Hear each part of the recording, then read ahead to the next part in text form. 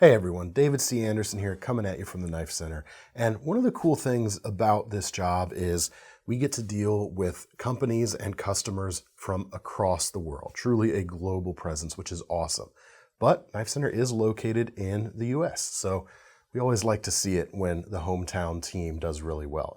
So this video is going to focus on the best new releases that are made in the USA thus far in 2022.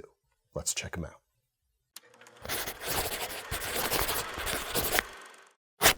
All right, the first couple things we're going to look at is kind of a contrast between old and new. And what I mean by that is a more established manufacturer with some new manufacturers coming up.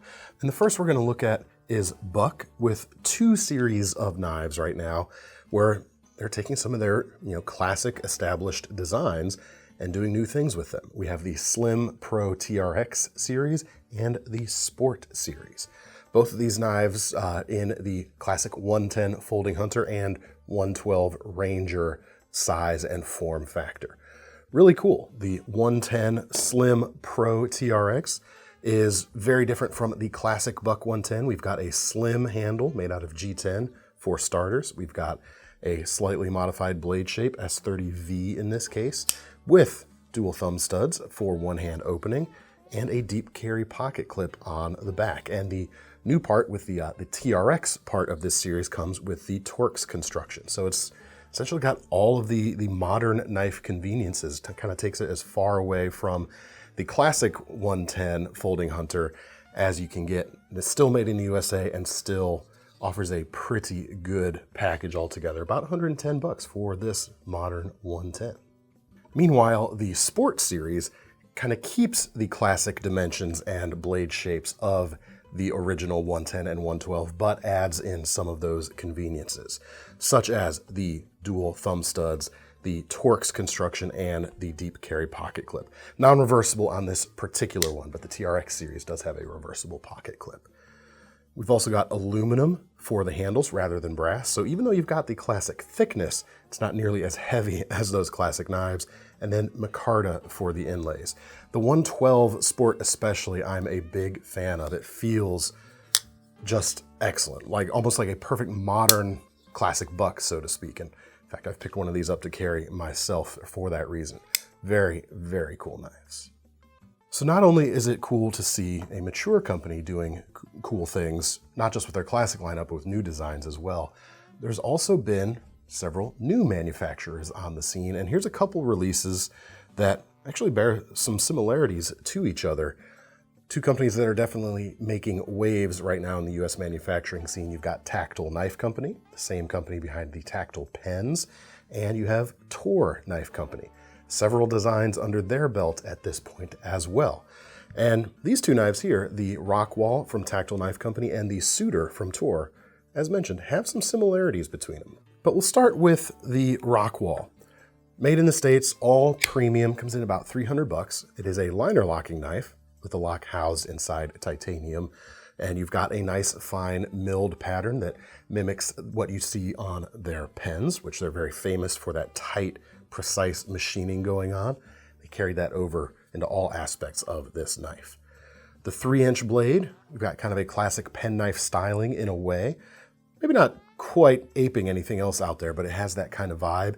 But they went with the kind of hottest new super steel right now, CPM Magna Cut. Really cool stuff that is tough, stain resistant, and holds an edge a good long time in a combination with all three of those things in a way that you just don't find in other steels these days. Some nice detailing on the thumb studs, nice deep carry pocket clip, and it's just a perfect kind of modern, small, everyday carry pocket knife. Does everything well, hits all the right notes, and it's cool to see them really kind of doing so well right out of the gate. This is only their third knife design. Second, if you want to call it, it's kind of a spin-off of the flipper version of this knife. So it's either the second and a half or third knife design they've come out with, and they're already doing a great job. So definitely some good things in the future for them. Toor is also doing a great job of kind of improving on their designs as well. This is kind of the second iteration of the Suitor at this point. They've been kind of improving things as they go along. This one comes in at $195, and we've got a CPM 154 blade, also at that 3-inch point, but a very distinct kind of spike-like profile. I like it a lot. You're gonna have a very, very precise tip right there, and a very cool shape to carry around day to day. Titanium handles, they don't have the fine milling of that Rockwall we just looked at, but you are saving about a third on the price versus that other knife as well. Frame lock to keep things secure, single position pocket clip, dual thumb studs. Action is very good. We've got washers in the pivot here rather than ball bearings, but the action is super smooth, as you can see right there. Overall, this is another fantastic knife and just one of a slew of really cool models from Toor right now. We'll leave a link to their whole brand page down below. So we had our old company, I don't want to say old about Buck, but you know what I mean. We had the old, we had the new, and now here's a company that is an old company doing very new things. We have Case Knives that is now making full American-made frame lock flippers right alongside the classic slip joints that they still make slews of. This right here is the Kinzua. The new blade shape this year is this drop point profile. This knife comes in about $116. Nice thick piece of S35 VN right there. Not a super slicer, but a nice strong blade stock for some heavier use. Milled aluminum handle. This one has a stone washed red finish that looks exceptionally good against the stone washed finish of the blade. And then we've got a deep carry pocket clip, which can be flipped to either side of the knife. And speaking of flipping, this is a ball bearing flipper, and it ball bearing flips quite ball bearing well, if I do say so myself.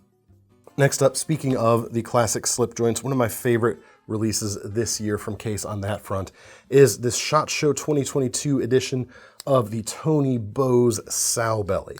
It's basically a Stockman pattern in the more curvaceous Sowbelly handle style right here. Comes in about 83 bucks. You've got a green and black micarta handle right there.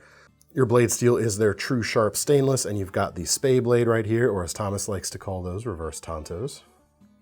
Right there. Correct.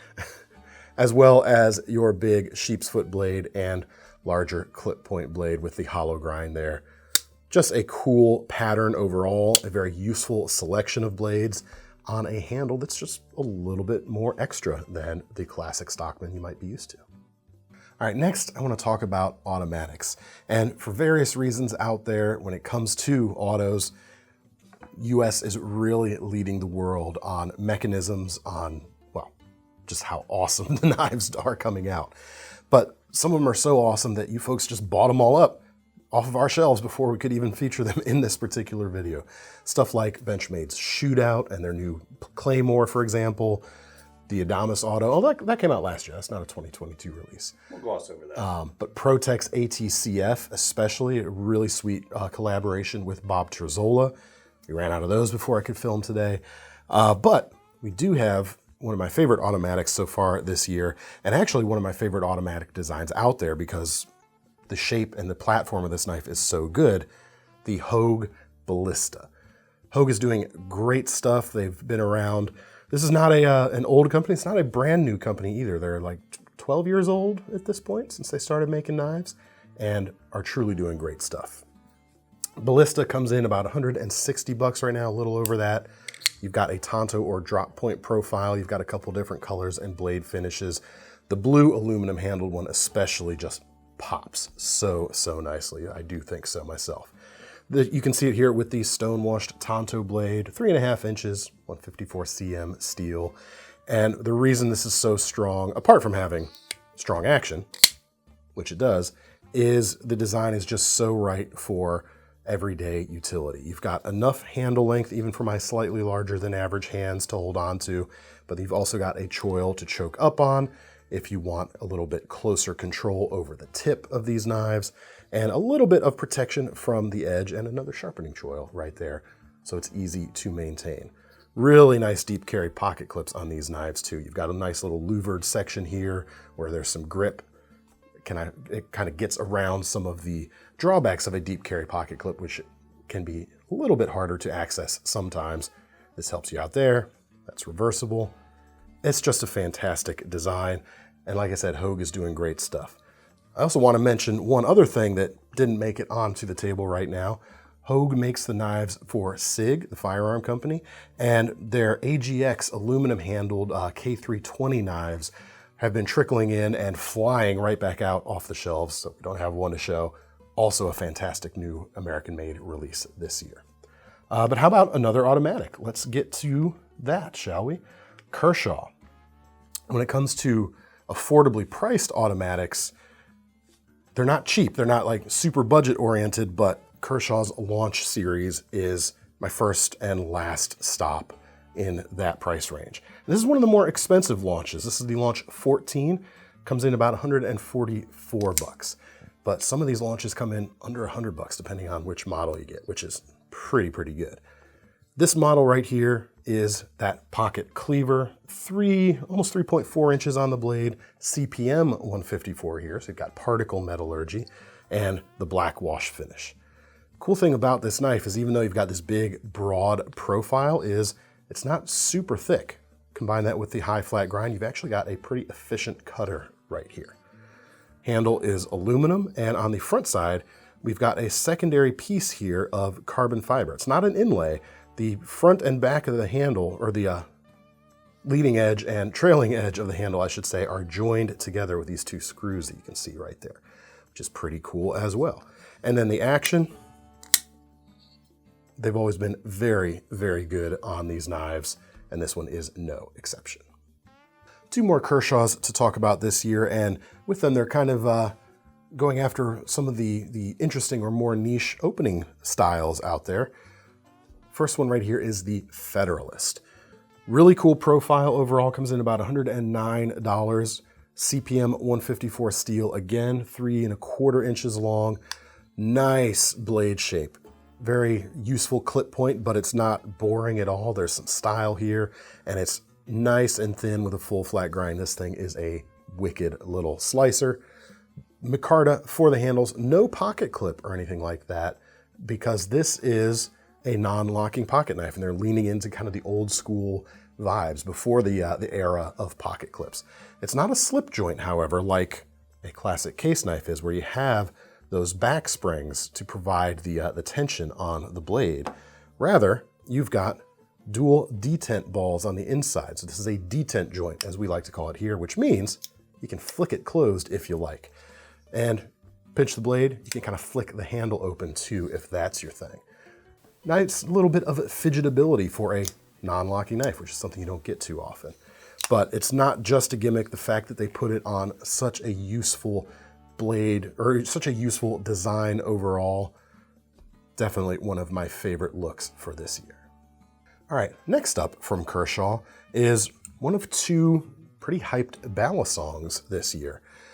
The first is the latest version of the Lucha, and the base model of the Lucha was I think the best seller for us the year it came out, like across the board. The best-selling brand new knife of the year, continues to be one of the best-selling Ballies on the market, and now they have a higher-end version coming in about $290, so significantly more than the base model. But for that, we're getting a 20 CV blade steel with a slightly different blade shape from the original, and premium steels like this don't often happen on the production level. So right there, it's already putting itself into rarefied air, and when you compare it to the other stuff on the market, it makes the price actually a fairly good value, comparatively speaking.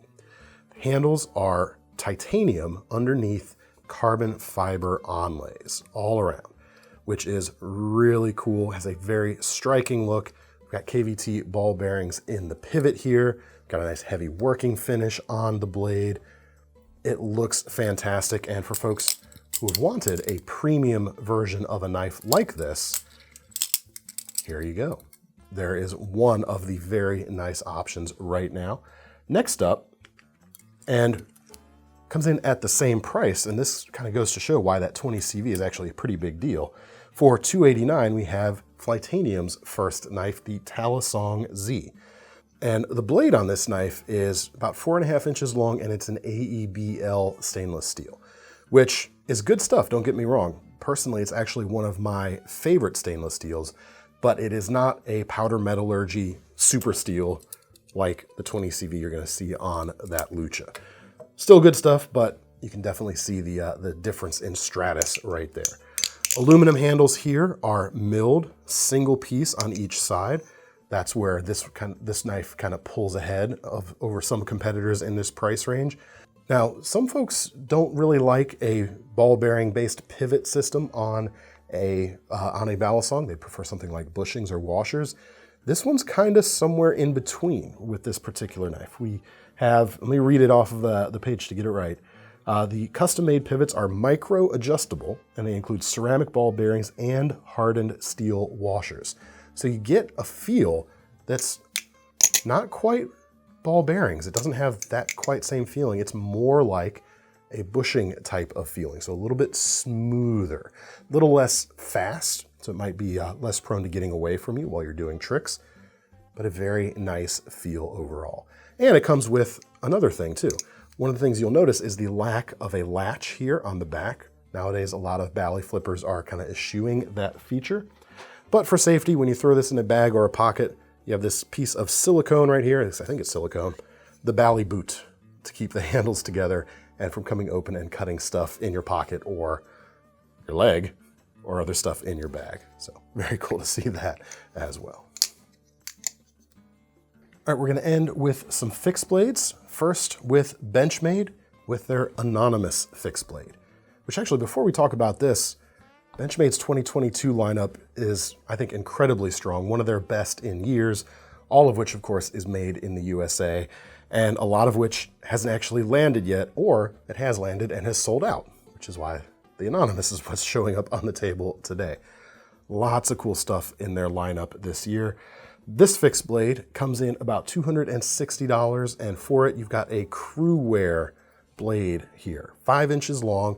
And one of the benefits of steels like crew wear that are incredibly tough is you can get some of these same strength characteristics that you might need a thicker blade for on a more primitive steel.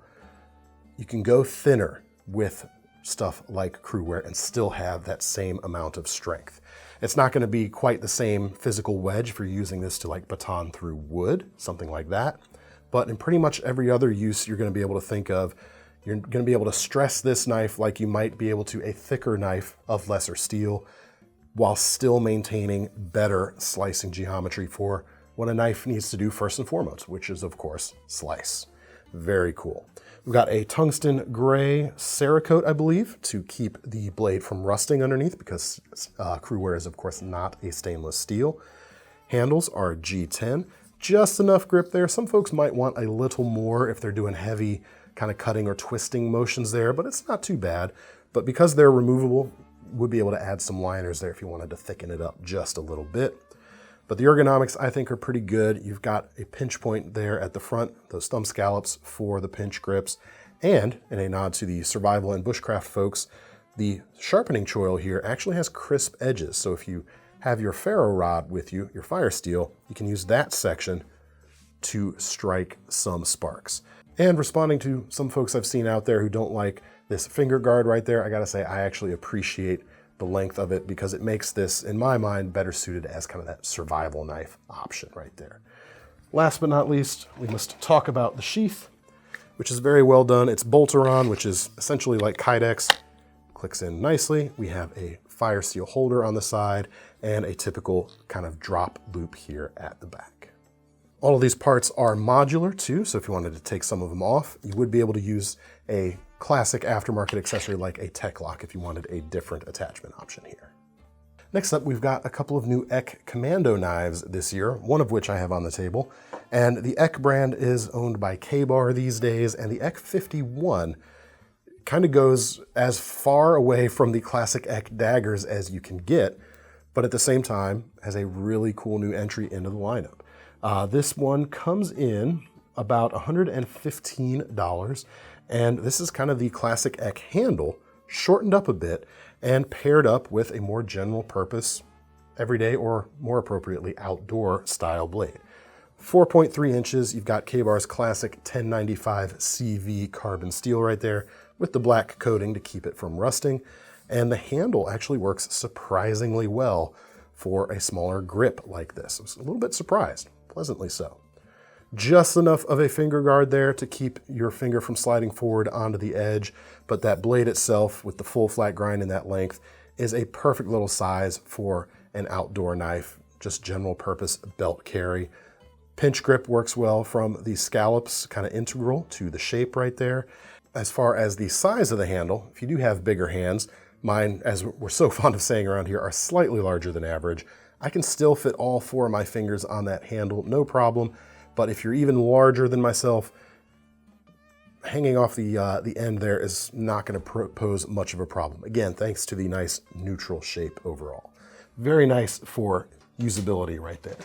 And sheath here is hard plastic, I believe. Sorry, it's a Selson sheath.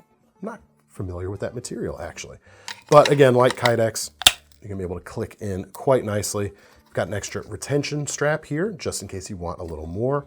Drop loop on the back, held with hook and loop fasteners around the sheath right there.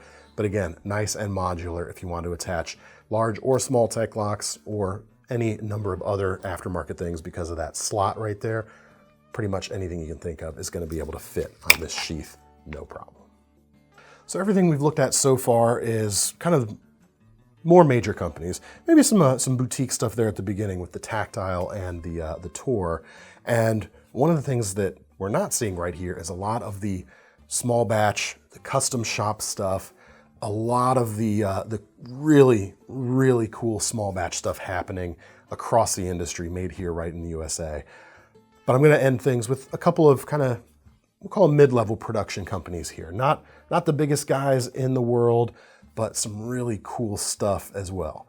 First is the Norden Knives Ascent. I really like this little pattern. This guy comes in at 200 bucks. We've got a 3 3/4 inch blade. We've got burlap micarta handles on this particular one. And you've just got such a fantastic little shape for an outdoor utility, for a food prep knife, gentleman's steak knife perhaps, hunter.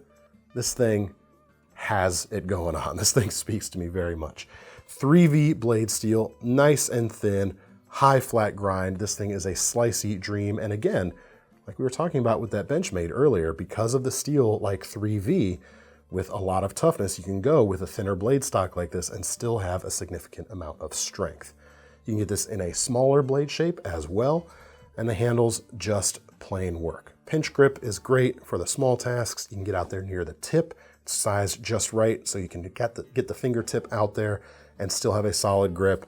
And even though it's not optimized for stuff like bushcrafty wood carving, you're gonna have no problem with it with this handle. It works great.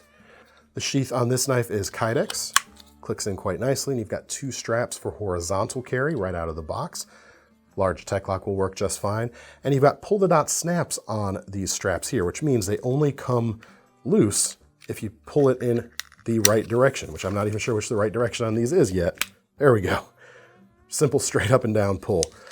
Gives you a little bit of extra security, and since we're talking about a USA made video, those pull-the-dot snaps are US made as well, so that's also an added bonus there. Last but not least, we have the newly released Shoal from Smith & Sons Knife Company. Love those Smith & Sons folks. This knife comes in at about 147 bucks. Nice, thin AEBL blade. Have a small caper, perhaps, small bird and trout. Very thin, full flat grind, pure sliciness all around. Stonewashed finish. This one has thin G10 handles, but there are a few different options for colors and materials there. Just a fantastic little hunter or everyday carry, quite honestly. The sheath on this knife is leather, finished very nicely. I mean, check out those burnished edges for one, and you've got a clip on the underside there, so you can either clip it inside the waistband or on a belt or even in your pocket if you dare.